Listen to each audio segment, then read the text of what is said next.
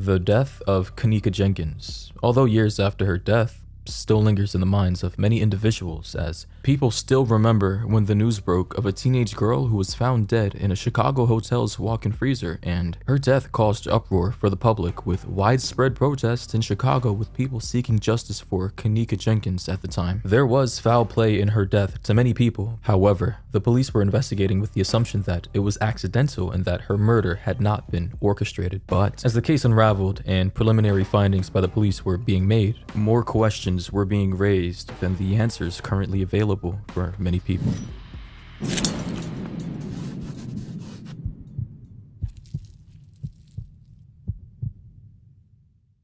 Now, in the last moments of her life, she had attended a party which had taken place in the Crown Plaza O'Hare Hotel in Rosemount, which is in the suburb of Chicago, Illinois. The party, according to eyewitnesses who attended the party, had started around 11:30 p.m. on the 8th of September 2017 and had gone late into the night. Videos from the party show that the group had a good time and had fun all through the night. Many people who attended this party, which took place in a hotel room, remember seeing Kenneka swaying back and forth all through the night, with a lot of people just thinking that she was drunk. Now, Kenneka at the party had been seen drinking Hennessy, which for those of you who don't know, Hennessy is just a very strong alcoholic drink. But according to the people there, that was all they saw her take. Many of her friends at the party noticed that she was not her usual self. They say she was acting strange, and many people noted that in one moment she was standing up and dancing to music, and then in the very next, she would be sitting down in the chair looking sad and off. Later, she would be seen walking through the night with some friends in the hotel hallways. And in the footage that you guys are about to see on your screens right now, you can see her staggering near the hotel's front desk at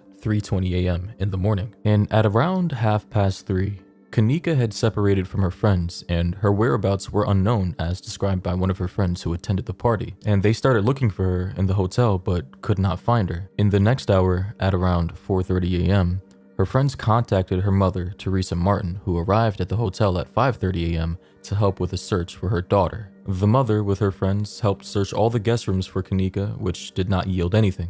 And eventually, as time went on, they stopped looking as they all lost hope in finding Kenneka in that hotel, which prompted an employee to call 911 to report the incident. Soon after, though, Kenneka's mother went to the hotel management to request access to the video footage from the mounted movement cameras in the rooms. However, she wasn't given access to this footage until a formal police complaint was made to the police about her missing daughter, Kenneka, which was reported on Saturday at 1:15 p.m. Family members reported a lack of urgency by the police towards this case, of which they felt as though should have been dealt with more quickly. The police were now involved, though, in the search for Kenneka Jenkins with the help of her family, and there was no clue of her whereabouts until the footage of her staggering in the hotel corridor was retrieved from the hotel's CCTV footages. It wasn't until Sunday, though, a day after her disappearance, that she was found lifeless in the Crown Plaza Hotel's kitchen freezer, and she was pronounced dead at 12:48 a.m. Sunday by the Cooks County Medical Examination Office. The reports from the police department handling her case indicated that she had let herself into the freezer while intoxicated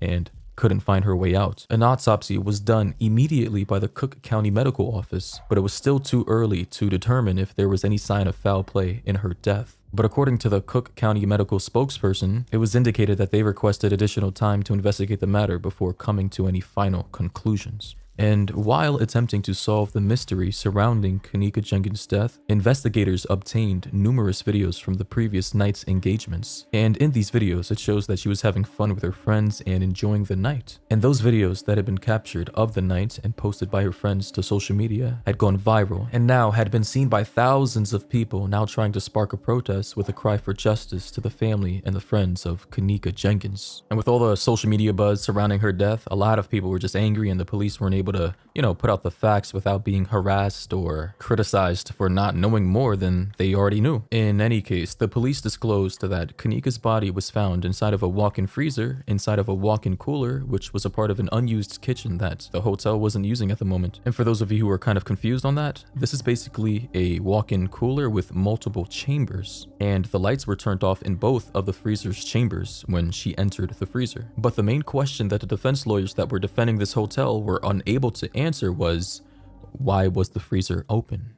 And although technically the hotel was leasing out that freezer to a new restaurant using that part of the building at the time of Kenneka's death, ultimately they were still responsible as it was in their possession at the time. And cameras in the hotel showed Kenneka in her disoriented state of mind making her ways through the kitchen hallways. So I just want to know how no security guards, no employees, nobody saw her making her way to an area that should have been locked up in the first place. However, investigations from the Cook County Medical Department ruled that Kenneka's death was due to an accident and ruled out the possibility of foul play from other parties present in the hotel room during her death. And in the autopsy reports, the medical team showed no illegal drugs found in the body of the late Kenneka. However, the autopsy report showed that her blood had incredibly high levels of alcohol. And in the same report, traces of topiramate, a drug used by medical practitioners to treat people with epilepsy and headaches, were found in her body as well. Reports from the medical department shows that when a person consumes topiramate together with alcohol, it can speed up the onset of both drugs. And it has been shown to hasten the start of hypothermia, which medical officers working on the autopsy noticed through lesions found in her stomach. In the report, her brain was found to be swelled, but it was ruled out to be a cause of her death as it did not seem to have any contributing factors to her death. And after the medical team from the Cook County Department had issued their report,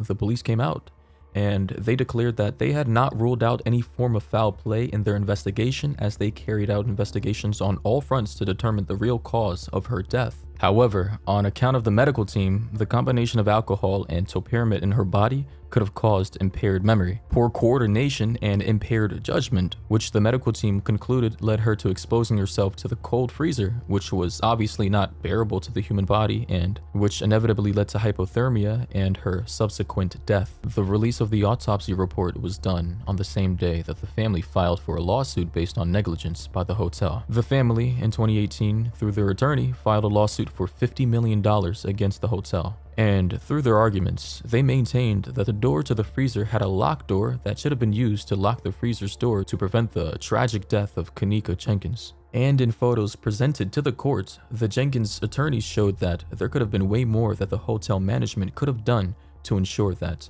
this never happened. Although it does seem like this lawsuit is still ongoing, as I wasn't able to find any final verdicts from anything about this case online. But in any case, I'm going to be leaving some links down below to some forums and articles of which you can read to find out more details surrounding this case, because there were a lot of interesting theories and a lot of other info and videos about the people who were there with her on that specific night before her death. So if you're interested in any of that, links will be down below in the description. But with that being said, you guys already know who it is, and until next time, stay safe out there.